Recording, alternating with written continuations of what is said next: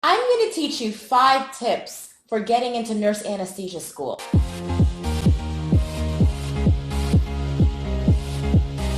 My name is Christine and welcome to your new video. If you're new here and you want to become a CRNA or grow your CRNA career, start now by subscribing and hitting the bell so you don't miss a thing. In this video, I'm going to teach you 5 tips for getting into nurse anesthesia school. Becoming a CRNA is one of the most competitive nurse anesthesia programs in the country.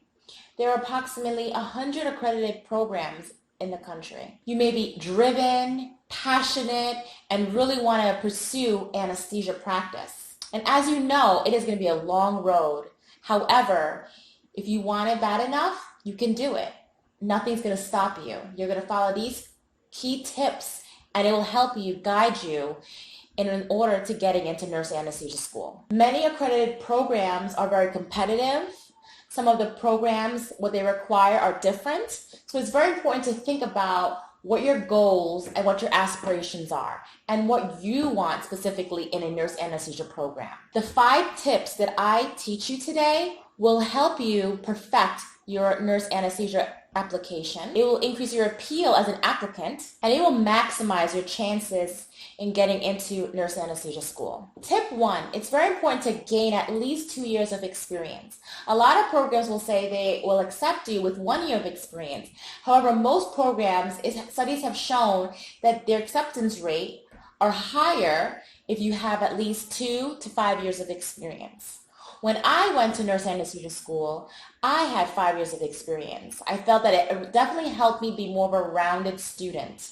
And I felt my critical care experience was enough for me to transition into CRNA school. Now, having 2 years of experience makes you more appealing, more attractive in the sense that it will maximize your chances of being a good applicant for a program. With those 2 years of experience, it's very important to maximize your critical care experience, to have a wide range of critical care experience.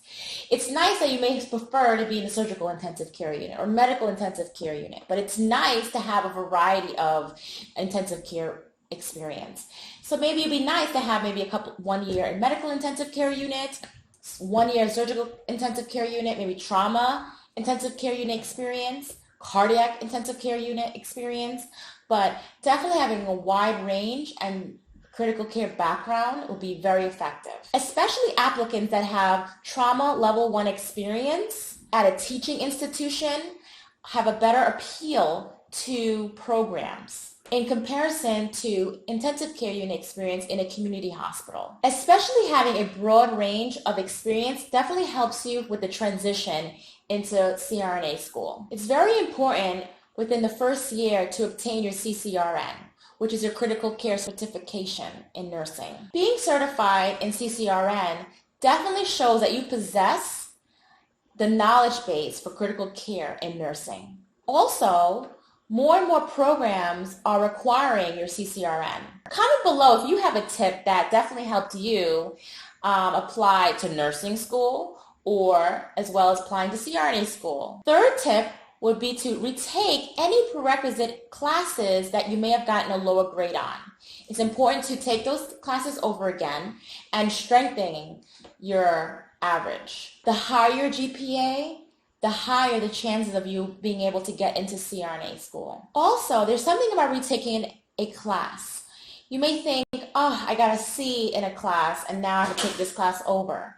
Well, you know what? It's very important to take it over because now you have an A in a class that you may have done a C, and it showed that you've strengthened your skill set in that specific area, as well as it shows that you're dedicated and you're passionate and you're willing to do anything to make yourself look like a better applicant for school. The 4th tip and most important tip, in my opinion, would be shadowing a certified nurse anesthetist. The reason I recommend this tip is because it shows that you're dedicated. It shows that you have seen the specific area that you're going into. You know what a nurse anesthetist is, you've seen what he or she has done, and it basically shows that you value the profession in a sense that you've taken the time out to make sure that this is the area that you want to go into and you're passionate about. It may not be a requirement to shadow a CRNA, but it definitely shows your dedication and that you're passionate and you want to know and you've seen what you're going to be becoming as a CRNA. And it's also great for you to do it for yourself, to see a glimpse at what you're going to be doing as a CRNA. Because you may say, hey, I want to be a CRNA, but you may not know specifically the details in regards to that profession. But you going to shadow definitely makes you know for sure that this is what you want to do. The fifth and final tip, but hold on, I have another tip after this one. The fifth tip, to be open to traveling or applying to programs throughout the country. I know you may seem that, you may want to stay in a specific location. You may say, I want to be in New York. I want to apply to places in New York, for example. But you got to be open, because you may apply to New York and for whatever reason, you may not be accepted into that program, and that can delay your path to becoming CRNA. So I'd recommend, if it's possible, to look at multiple locations, look at different states to keep your options open. Think about this, for example. So there are people, some individuals want to become doctors, and they want to be a doctor so bad that they apply to multiple places, multiple programs in the country. Some students are willing to travel to the Caribbean to go to medical school. So if you have the opportunity, try to apply to a program. It may not be in New York, it may be in Pennsylvania, or it may be in New York, but maybe upstate New York.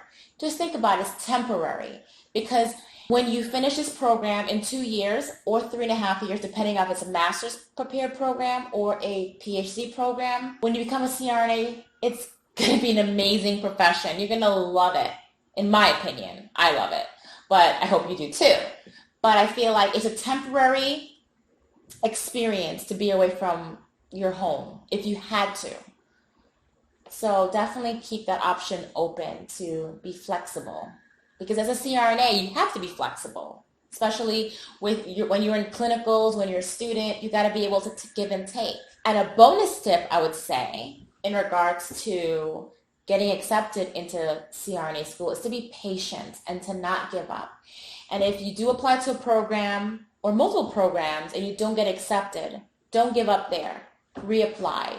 Look at other options. Don't give up. If this is what you're passionate about and you feel like deep down inside this is your road to success in your profession, in a profession that you love, reapply, look at other programs, and maybe look through the tips that I've explained to you, and maybe go through what you could have done better to make your application stronger. If you want to learn more about CRNAs or becoming a CRNA, definitely click any one of these videos over here, and I'll see you in the next video. And thank you for watching.